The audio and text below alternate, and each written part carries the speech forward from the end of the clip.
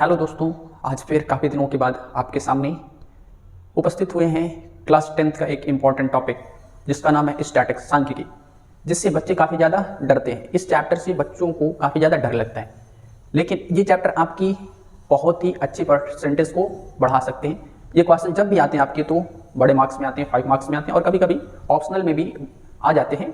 तो इस चैप्टर को बिल्कुल आसानी से समझने के लिए हमारी वीडियो में लास्ट तक बने रहिएगा।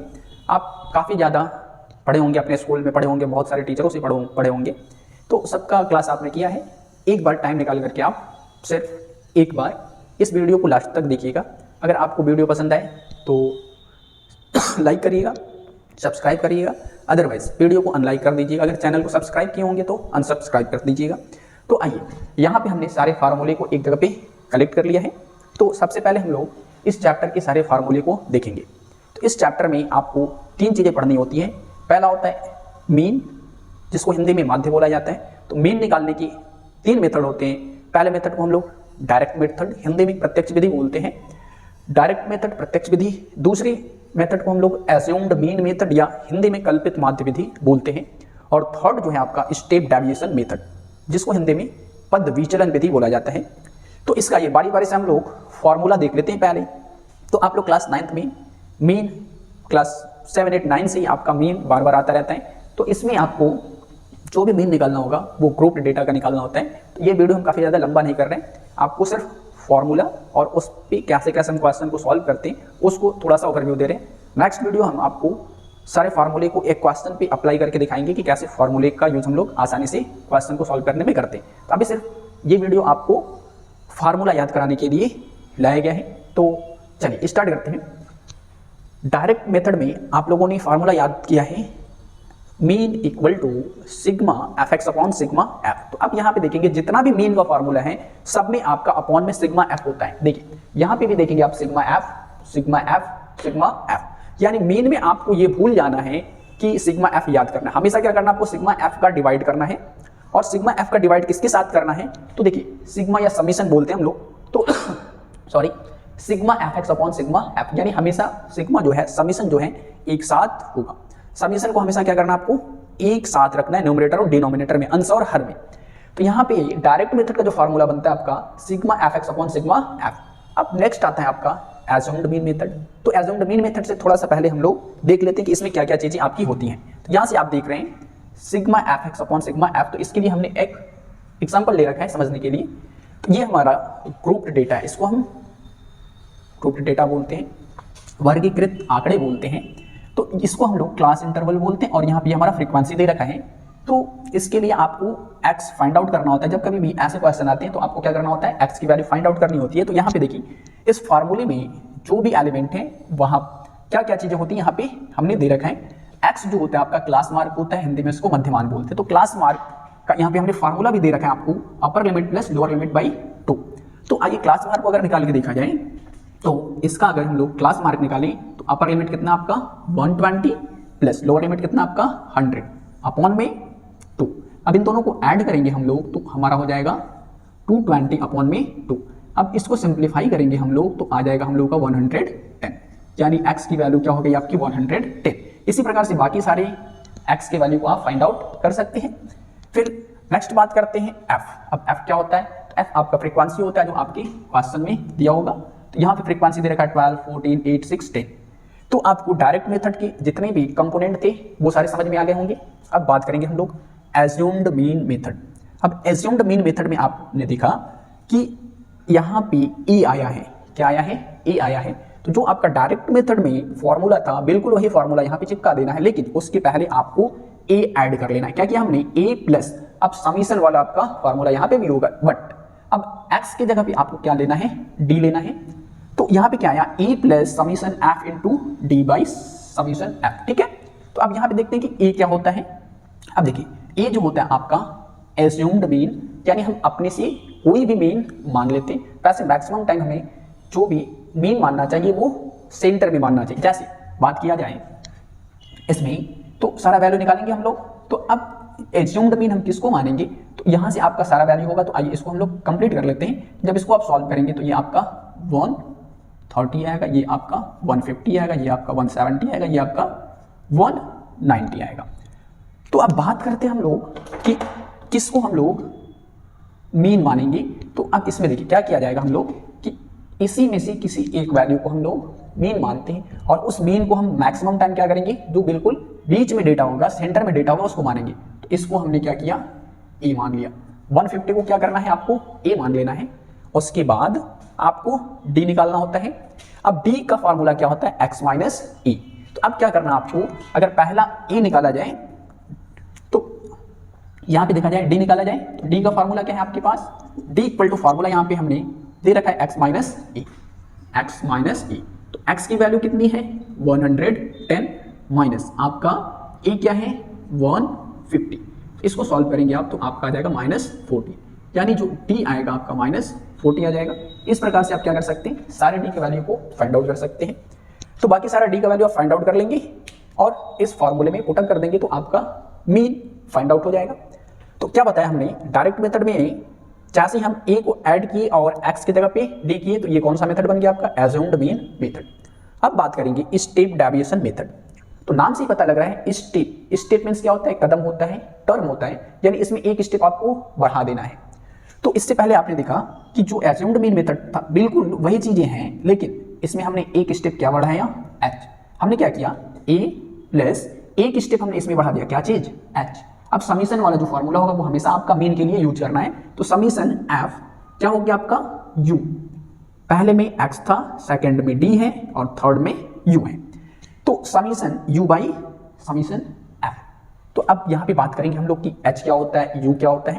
तो यहां पे हमने दे रखा है जहां पर यू जो होता है आपका उसका फॉर्मूला होता है एक्स माइनस ए अपॉन में एच, या एक्स माइनस ए जो होता है आपका वही डी भी होता है, तो हम डी बाई एच भी बोल सकते हैं।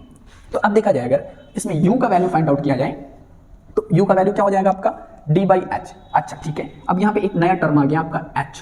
अब h क्या होता है, तो ये क्लास विड्थ होती है, वर्ग की चौड़ाई होती है। तो ये क्या होता है, तो ये जो होता है आपका जो क्लास इंटरवल दिया होता है, वर्ग अंतराल दिया होता है, इन दोनों का डिफरेंस होता है। तो 100 से 120 में कितने का डिफरेंस है आपका, 20 का। तो जो h की वैल्यू होगी वो कितनी हो जाएगी, 20। यानी यहाँ पे u निकाला जाएगा अगर फॉर्मूले के अकॉर्डिंग, u इक्वल टू क्या हो जाएगा आपका d by H, D by H बोले या x minus A by H बोले, दोनों सेम होता है। तो डी की वैल्यू हमने फाइंड आउट कर रखा था -40 अपॉन में 20। इसको डिवाइड करेंगे तो कितना जाएगा आपका -2, यू आपका -2 आ जाएगा। इस प्रकार से सारे वैल्यू को आप फाइंड आउट कर सकते हैं। चलिए आगे बात करते हैं हम लोग, एक बार फिर से हम इन तीनों फार्मूलों को कोरिलेट कर लेते हैं। तो देखिए कैसे याद रखेंगे, डायरेक्ट मेथड में आपका summation F x upon summation F. Assumed mean method में क्या करना है, ए आया है आपका तो ए को ऐड कर लेना है और एक्स की जगह पे डी कर लेना है। थर्ड क्या है आपका स्टेप डेविएशन मेथड, यानी इसमें एक स्टेप आपको बढ़ जाना है। तो ए तो था ही पहले से ही, हमने एक स्टेप क्या बढ़ा दिया, एच बढ़ा दिया, फिर ब्रैकेट में summation f into you by summation F. तो अब देखिए कैसे याद रखेंगे, इसके लिए भी आप एक ट्रिक याद कर सकते हैं। देखिए पहले समीशन एक्स याद रखना, ठीक है, ये तो डायरेक्ट मेथड में सबको याद होता है। अब एज्यूम्ड और स्टेप डेविएशन की बात किया जाए तो पहले कौन सा आता है, ए आता है या एस आता है, तो पहले ए आता है। अब देखिए एज्यूम्ड मीन मेथड वाले में अब ध्यान देना हम लोगों को, यहाँ पे डी है, यहाँ पर यू है। एज्यूम्ड मीन मेथड में डी है और स्टेप डेविएशन में यू है। तो ए पहले आता है तो जो पहला लेटर होगा वो टी होगा और जो लास्ट में लेटर आता है वो होता है आपका यू। यानी यहां से हमें ये क्लियर हुआ कि एज्यूम्ड मीन मेथड वाले में a plus sigma f d रखना है और स्टेप डेविएशन मेथड में a plus h summation f u by summation f रखना है। ठीक है, तो आशा करते हैं कि आपको यहां तक कॉन्सेप्ट क्लियर हो गया होगा। आगे बात करते हैं हम लोग मीडियन और मॉड की। तो देखिए यहाँ पे हमने मीडियन और मॉड के लिए फॉर्मूला लिख रखा है पहले से ही, तो हमने फॉर्मूले को थोड़ा सा मॉडिफाई कर दिया, रीअरेंज कर दिया, जिससे आप आसानी से याद कर पाएं। तो आपके बुक्स वगैरह में जो फॉर्मूला देता है एल प्लस ब्रैकेट में n/2 माइनस सी एफ और एच जो मल्टीप्लाई करता है वो ब्रैकेट के बाद करते हैं, उसको हमने क्या किया है, पहले ही कर लिया है। ऐसा क्यों किया है कि आप इस फार्मूले को बिल्कुल आसानी से याद कर पाए। तो देखिए यहाँ पे क्या दे रखा है, मीडियन दे रखा है जिसको हिंदी में हम माध्यिका बोलते हैं, यहाँ पे मॉड दे रखा है जिसको हम हिंदी में भूलक बोलते हैं। तो अब मीडियन के लिए फार्मूला जो होता है आपका L plus H n/2 minus C F by F, तो ये आप पहले ही ऑलरेडी पढ़ चुके होंगे। तो यहाँ पे हम आपको कुछ नई चीजें सिखाने आए हैं जिससे आप फॉर्मूले को भूल ना पाए। तो अब ध्यान दीजिएगा, यहाँ पे मीडियन और मॉड में याद रखना है कि इनके लास्ट लीटर में क्या आ रहा है आपका, मीडियन के लास्ट में क्या आया आपका n आया, और मॉड के लास्ट में क्या आया f आया। मीडियन का देखेंगे फार्मूला, तो दोनों का फार्मूला शुरू की दो स्टेप बिल्कुल सेम है, L प्लस एच, ये आपका बिल्कुल कॉमन होता है, इसको याद कर लेना है L प्लस एच। अब देखना यहाँ पे जो माध्यिका है मीडियन है, तो मीडियन वाले में आपको फार्मूला क्या रखना है n, यहाँ पे n है तो यहाँ पे n लेना है, median n/2 minus CF upon में f, ठीक है। फार्मूला से आप आसानी से याद कर सकते हैं, L प्लस एच, मीडियन निकालना है तो ब्रैकेट में n/2 minus CF upon f रखना है, और मॉड निकालना है तो इसमें सारा वैल्यू f के फॉर्मेट में ही होगा। तो e के बाद क्या आता है आपका f आता है, तो हमने ऊपर 2f रख लिया और नीचे 3f रख लिया। क्या करना आपको, ऊपर 2 बार f रखना है और नीचे 3 बार f रखना है, लेकिन क्या करना है सारे f को माइनस कर लेना है आपको। तो अब देखिए यहाँ पे हम ऊपर कैसे याद रखेंगे, इस सीरीज को याद करना है। बच्चे कंफ्यूज होते हैं कि f1 माइनस f0 होगा या f0 माइनस f1 होगा, तो यहाँ पे कंफ्यूजन क्रिएट होता है। तो उसको हम सॉर्ट आउट करने के लिए एक तरीका यहाँ पे बनाए हैं, तो इसको आप लोगों को याद रखना है कैसे। देखिए शुरू में ऊपर 2f रखा, नीचे 3f रखा, तो ऊपर क्या रखा हमने 10 रखा, क्या रखा 10, ऊपर क्या किया हमने 10 रखा। तो यहाँ से देखिए साइड में थोड़ा सा लिख देते हैं, हमने 10 रख लिया, और नीचे दूसरी बार हमने क्या किया 10 रखा।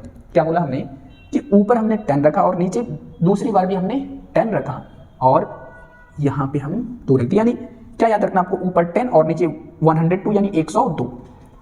क्या किया हमने, ये जो हम 10 और 102 आपको बता रहे हैं, 10 और 102 बता रहे हैं, वो f1 f0 के लिए 110 का मतलब 102, f1 minus f0 minus f2।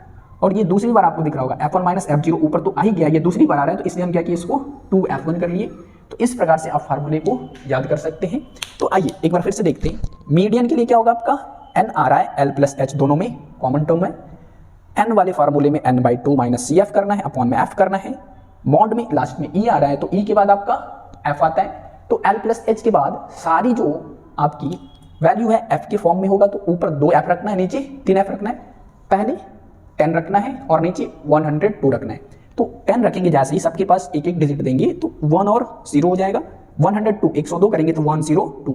यहाँ से देखा हमने कि 10 2 बार आ रहे हैं, तो हम क्या किए f1 के साथ 2 का मल्टीप्लाई कर दिए। अब ये सारी क्वांटिटी क्या होती है उसको समझने के लिए हम लोग इस टेबल का यूज करेंगे। तो आइए बात करते हैं L। अब L क्या होता है, तो L के लिए सबसे पहले आपको n की वैल्यू फाइंड आउट करनी होती है। तो अगर n की वैल्यू फाइंड आउट की जाए तो देखते हैं n कितना आता है। तो n जो होता है वो आपका क्या होता है, तो यहाँ पे हमने दे रखा है टोटल फ्रीक्वेंसी, यानी टोटल फ्रीक्वेंसी कितनी है। तो आइए टोटल फ्रीक्वेंसी अगर निकाला जाए तो क्या हो जाएगा, तो उसके लिए पहले हमको CF फाइंड आउट करना होगा। तो आइए हम CF निकाल लेते हैं। CF के लिए क्या करना होता है, इसको यहाँ पे नोट डाउन कर लेते हैं और इसके साथ इसको ऐड कर लेते हैं। 12 और 14 ऐड किया जाएगा तो आपका 26 आ जाएगा। अब वापस से क्या करना है, इसमें इसको ऐड कर लेना है, 26 में 8 ऐड करेंगे आपका 34 हो जाएगा। अब इस 34 में 6 को ऐड करना है तो आपका ये 40 हो जाएगा, और इस 40 में 10 को ऐड करेंगे आप तो 50 हो जाएगा। इसको भी ऐड करेंगे आप तो जो सिग्मा एफ है वो आपका 50 आएगा, और यही सिग्मा एफ जो होता है वो आपका n बन जाता है, ठीक है। तो यहाँ पे n की वैल्यू कितनी आई आपकी 50 आई। तो अब देखिए यहाँ पे हम क्या करेंगे n/2 फाइंड आउट करेंगे। तो n/2 अगर फाइंड आउट करते हैं हम लोग, तो यहाँ से बाकी चीज़ें हम फिलहाल हटा देते हैं। इस टेबल के लिए देखा जाए तो हम लोग n/2 फाइंड आउट करें अगर, तो 50/2 करेंगे तो आपका 25 आएगा। तो यहाँ से आपको देखना है कि इस 25 से ज़्यादा कौन सी ऐसी कम्युलेटिव फ्रीक्वेंसी है जिसमें ये 25 आएगा, यानी इस 25 से आपको आगे का CF लेना है। तो आप देखेंगे 25 जो है ये 26 से कम है और 12 से बड़ा है, यानी हमेशा इस नंबर से आपको बड़े कम्युलेटिव फ्रीक्वेंसी को लेना है, और छोटा तो नहीं बोल सकते, छोटा हो भी सकता है और नहीं भी हो सकता है। तो क्या करना है आपको इस नंबर से हमेशा बड़ा लेना है, यानी 26 के अंदर ये इंक्लूड होगा। तो आपका ये वाला जो सीरीज होगा इसको हम बोलेंगे मॉडल क्लास। क्या बोलेंगे इसको हम लोग, मॉडल क्लास। तो बच्चे यहाँ पे काफ़ी ज़्यादा कंफ्यूज होते हैं कि मॉडल क्लास क्या लिया जाए। तो मॉडल क्लास क्या होगा आपका, जैसे n/2 निकालेंगे, देखेंगे ये क्वांटिटी हमारी कौन से CF में आएगी। तो अब यहाँ पे बात किया जाता है कि फार्मूले में क्या क्या वैल्यू हमको निकालनी होती है। तो अब L की बात की जाए तो L हमने क्या लिखा है, मीडियन क्लास की लोअर बाउंड्री। तो अब मीडियन क्लास ये हो गया हमारा, लोअर बाउंड्री ये हो जाएगी। इसकी लोअर बाउंड्री का मतलब निम्नतम सीमा, ये 120 जो है आपका, ये क्या हो जाएगा आपका L हो जाएगा। बात किया जाए H का, तो H जो होता है आपका वो क्या होता है, क्लास विड्थ, यानी इन दोनों डेटा के बीच का डिफरेंस। तो h की बात किया जाए अगर तो कितना हो जाएगा आपका 20 हो जाएगा। अब बात किया जाए आगे CF, तो CF क्या होता है आपका मीडियन क्लास से पहले की कम्युलेटिव फ्रीक्वेंसी। तो मीडियन क्लास हम लोगों का ये है या मॉडल क्लास ये हमारा, देखिए मॉडल क्लास से पहले की कम्युलेटिव फ्रीक्वेंसी ये आपकी CF हो जाएगी। और आगे बात किया जाए F, सॉरी थोड़ा सा यहाँ पे हम गलत लिखते हैं, इसके लिए आपसे माफी चाहते हैं। यहाँ पे क्या होगा आपका मॉडल क्लास, ठीक है, मॉडल क्लास से पहले की, तो ये मॉडल क्लास हो गया, मॉडल क्लास से पहले की कम्युलेटिव फ्रीक्वेंसी। और F जो होगा आपका वो क्या होगा मॉडल क्लास की फ्रीक्वेंसी, यानी मॉडल क्लास की फ्रीक्वेंसी ये आपका F हो जाएगा। तो इस प्रकार से आप इन सारे डेटा को इस फॉर्मूले पे पुट अप करेंगे तो आपका मीडियन फाइंड आउट हो जाएगा। अब बात किया जाए अगर हम लोग मॉड के लिए, बहुलक के लिए, तो L प्लस H, आपको L भी पता है H भी पता है। अब बात करेंगे हम लोग F1, F0, 2F1, F2 और F1 के बारे में। तो आइए इसी को हम क्या करते हैं थोड़ा सा, तो इससे पहले आप लोग अगर स्क्रीनशॉट लेना चाहें तो इस फॉर्मूले का स्क्रीनशॉट ले सकते हैं। चलिए आगे बात करते हैं हम लोग। तो इस डेटा को हम चेंज कर लेते हैं। आपको मॉड निकालने के लिए सिर्फ फ्रीक्वेंसी की जरूरत होती है, तो हम सिर्फ फ्रीक्वेंसी को ही रहने देंगे, बाकी सारी चीज़ों को यहाँ से हटा लेते हैं। इसलिए हम लोग इस डेटा का यूज करेंगे। तो आइए देखते हैं मॉड के लिए क्या करना है आपको, सबसे पहले देखना है कि कौन सी फ्रीक्वेंसी मैक्सिमम है, सबसे ज़्यादा आवृत्ति किसकी है। तो यहाँ पे आप देखेंगे तो सबसे मैक्सिमम फ्रीक्वेंसी आपकी F की होगी। तो इस F को हम इस F वाले क्लास इंटरवल को मॉडल क्लास बोलेंगे। क्या बोलेंगे मॉडल क्लास, ठीक है। अब मॉडल क्लास में देखा जाए तो हमको क्या क्या चीज़ की जरूरत है, L और S। यहाँ पे देखा जाए तो ये जो है आपका L हो जाएगा, L इक्वल टू 120 हो जाएगा। और यहाँ से H की बात की जाए अगर तो H बराबर आपका 20 हो जाएगा। अब देखिए F0 क्या होता है और F1 क्या होता है, तो यहाँ पे क्या दे रखा है F1 मॉडल क्लास की फ्रीक्वेंसी। मॉडल क्लास हमारा ये है, ये क्या हो जाएगा आपका F1 हो जाएगा। मॉडल क्लास की जो फ्रीक्वेंसी है उसको हमको क्या मानना है, F1 मानना है। अब 1 से पहले क्या आता है, 0 आता है। 1 से पहले 0 आता है तो F0 हो जाएगा। और 1 के बाद क्या आता है आपका F2 आता है। तो हमेशा आपको F1, F0, F2 ऐसे फाइंड आउट करना है। F1 जो होता है आपका मॉडल क्लास की फ्रीक्वेंसी होती है, F0 मॉडल क्लास से पहले की फ्रीक्वेंसी होती है, और F2 जो होती है मॉडल क्लास की बाद की फ्रीक्वेंसी होती है। तो अब ये सारी चीज़ें आप इसमें पुट अप कर देंगे तो आपका मॉड फाइंड आउट हो जाएगा। तो अगर हम लोग इसको सॉल्व करना चाहें तो मॉड फाइंड आउट कर सकते हैं। तो आइए एक क्वेश्चन इसमें मॉड वाला हम लोग कर ही लेते हैं। तो देखिए मॉड इक्वल टू क्या फार्मूला है आपका L प्लस H। हमने क्या बोला E है तो यहाँ पे आपको F रखना है, नीचे 3F और ऊपर 2F, और सबको क्या करना है माइनस कर लेना है।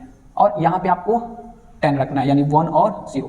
यहाँ पे भी आपको 102 रखना है। यहाँ पे देखा हमने 10 2 टाइम्स आ रहा है तो इसमें 2 से मल्टीप्लाई कर देना है। तो इस प्रकार से आपका फॉर्मूला मिल जाएगा।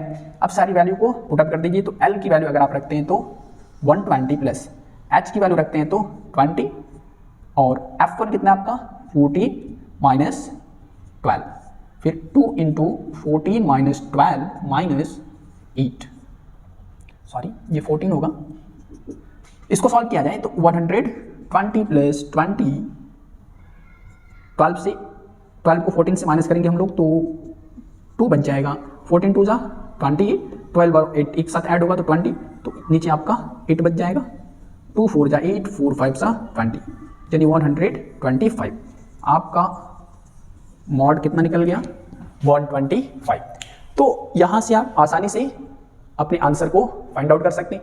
एक बात और आपको ध्यान देना है कि आप अपने आंसर को खुद चेक कर सकते हैं कि आपका आंसर करेक्ट है या इनकरेक्ट है। कैसे, तो देखिए जो भी मॉड आएगा, मॉड की वैल्यू जब भी आएगी तो आपकी मॉडल क्लास के रेंज में ही होगी। मॉड कितना है आपका 125, तो जो भी आंसर आएगा आपका 120 और 140 के बीच में ही होगा।